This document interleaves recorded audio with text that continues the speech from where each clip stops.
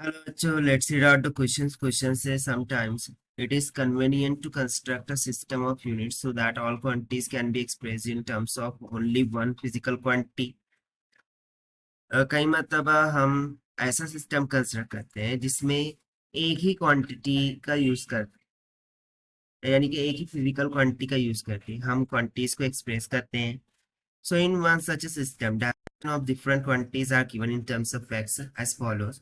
So उसी तरीके से यहाँ पर वो एक फिजिकल क्वांटिटी x से दर्शाया गया है, जैसे कि पोजीशन का dimension x to the power alpha, speed का dimension x to the power beta, acceleration x to the power p, linear momentum x to the power q, force x to the power r. So हमें देखना है फिर according to this कौन सी equation correct होंगी. तो चलिए start करते हैं सोल्यूशन से, but before of its let's talk about the key concept which we are going to use here for this question. तो सबसे पहले यदि मैं फंडामेंटल डायमेंशनल फॉर्मूला लिखूं तो वो हो जाएगा MLT, जहाँ पर हम मास के लिए यूज करते हैं हम L फॉर लेंथ और T टाइम को इंडिकेट करने के लिए. अब यदि मैं यहाँ पर पोजीशन के लिए डायमेंशनल फॉर्मूला लिखूं तो पोजीशन यानी कि मीटर, मीटर यानी कि L. तो ये उसका डायमेंशनल फॉर्मूला हो जाएगा. तो second, the dimensional formula for speed. So speed के हम मेजर करते हैं मीटर पर सेकंड. सो मीटर के लिए हो गया एल, पर सेकंड है यानी कि टी का inverse. Third, acceleration. So acceleration को हम मीटर पर सेकंड में मेजर करते हैं. सो मीटर के लिए हो गया एल पर सेकंड स्क्वायर यानी कि टी का पावर माइनस.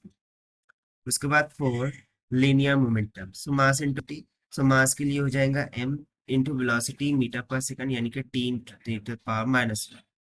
इस तरीके से देखिए हमें फॉर्मूला पता होगा या फिर यूनिट भी पता होगा. सो यूनिट से हम उसका डायमेंशनल फॉर्मूला यहाँ पर टैकल कर सकते हैं. फिर dimensional formula for the force KG metre per second square. So KG के लिए हो गया एम, मीटर के लिए हो गया एल, पर सेकंड स्क्वायर के लिए हो गया टी माइनस. सिंपल. सो इस तरीके से हमने यहाँ पर डायमेंशनल फॉर्मूलाज को लिख दिया है. सो अब हम क्या करते हैं, इन डायमेंशनल फॉर्मूलाज ये जो गिवन सिस्टम ऑफ यूनिट्स है उससे इक्वेट करते हैं. जैसे कि पोजीशन के लिए x to the power alpha, तो x to the power alpha को हम एल से इक्वेट कर देंगे. सो यहाँ पर मिल जाएगा dimensional formula for position is L which is according to question is X to the power alpha. इसे आप मान लीजिए इक्वेशन फर्स्ट. ठीक है. उस तरीके से equation of speed L T minus one. Speed का डायमेंशनल फॉर्मूला हमने कंसेप्ट में लिखा है एल टी माइनस वन.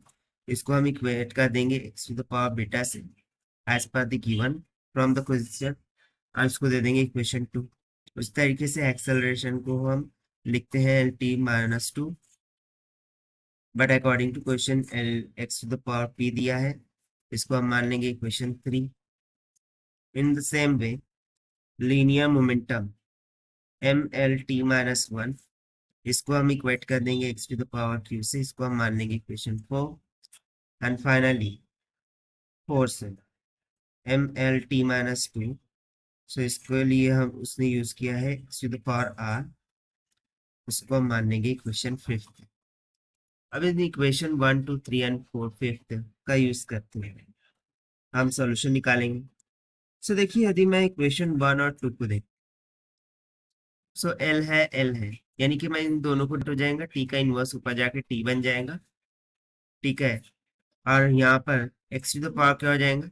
अब चूंकि हमें पता है यहाँ पर x to the power alpha है, x to the power beta dividend में होगा. सो बीटा ऊपर जाकर माइनस का बीटा हो जाएगा. और यदि बेस सेम हो सो हम पावर का एडिशन कर देते हैं. So x to the power alpha minus का बीटा ऊपर आ रहा था, इसलिए माइनस का बीटा होगा. करेक्ट. इसको हम मान लीजिए इक्वेशन सिक्स. उसी तरीके से इक्वेशन थ्री एंड सिक्स का यूज करें. सो इक्वेशन थ्री यानी कि ये वाली. सो इक्वेशन थ्री में क्या है L T minus two. So इसके लिए हम क्या करेंगे, मल्टीप्लीकेशन करेंगे. ठीक है. तो हमें मिल जाएगा एल टी का minus two is equal to X to the power P. ठीक है, यही तो है x to the power P equation three. So equation three को देखिए और इक्वेशन सिक्स को देखिए, इन दोनों को यदि मैं कंपेयर कराऊँ तो यहाँ से मुझे क्या मिल जाएगा फिर, X to the power alpha divided by x to the power 2 times of alpha minus beta, and this will be goes to x to the power p. So यहाँ से फिर मुझे यदि मैं इस x को न्यूमरेटर में लूँ, सो न्यूमरेटर में जाके माइनस हो जाएगा, सो हो जाएगा अल्फा माइनस में 2 alpha plus minus minus will get plus 2 beta. This will be equals to x to the power p. So comparing on the both side, we'll get minus alpha plus b. 3 beta, sorry 2 beta. This will be equals to p. This will give us alpha plus p is equals to 2 beta. So alpha plus p equals to 2 beta. यानी कि option A correct हो गया। उस तरीके से अब हम other options को यहाँ चेकआउट करते हैं।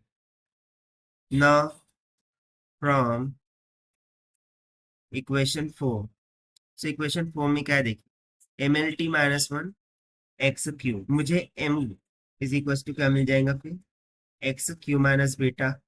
ऐसा क्यों? क्योंकि देखिए एल टी माइनस 1 की जगह पर क्या है, एक्स पावर बीटा है, जो कि हमें इक्वेशन 2 में दे रखा है। सो इसकी जगह पर x to the power beta रखा, उधर लेकर जाऊंगा so x to the power minus beta हो जाएगा। सो इसीलिए यहाँ पर सिंपली क्या हो गया, X to the power Q minus beta. Got it? उसी तरीके से by using equation 5th, so from equation 5th को देखिए, एम एल टी माइनस 2, सो एल टी माइनस 2 की जगह पर मैं X to the power P रख सकता हूँ, देखिए इसकी जगह पर। सो मुझे फिर m का मान कितना मिल जाएगा, x R minus of P. लेकिन ऊपर हमने p plus Q already find किया है, alpha plus P already find किया है। सो फ्रॉम इक्वेशन 5th मुझे मिल जाएगा x to the power Q minus में बीटा इंटू में x to the power P, और ये किसके इक्वल होगा, x to the power R. So यदि हम पावर्स को इक्वेट कर दें तो हमें मिल जाएगा क्यू माइनस में beta plus P is equal to R. अब फिर उसी तरीके से यदि मैं अल्फा प्लस पी का मान यहाँ पर रखूँ तो हमें एक और इक्वेशन मिल जाएंगी, P plus Q minus R is equal to beta. So देखिए जितनी भी इक्वेशंस हमें मिली है, these are going to be the required answers up to this question. एक तो मिली alpha plus P is equal to 2 beta, option A correct हो गया। देन उसके बाद Q minus beta plus P देखते हैं, तो Q minus beta plus P ऐसा तो नहीं मिल रहा है, लेकिन P plus Q minus R, P plus Q minus R is equal to beta, यानी कि ऑप्शन डी भी यहाँ से करेक्ट होगा। So only option A and B are correct. So this is the required solution. I hope you understand it well. Best of luck. Thank you.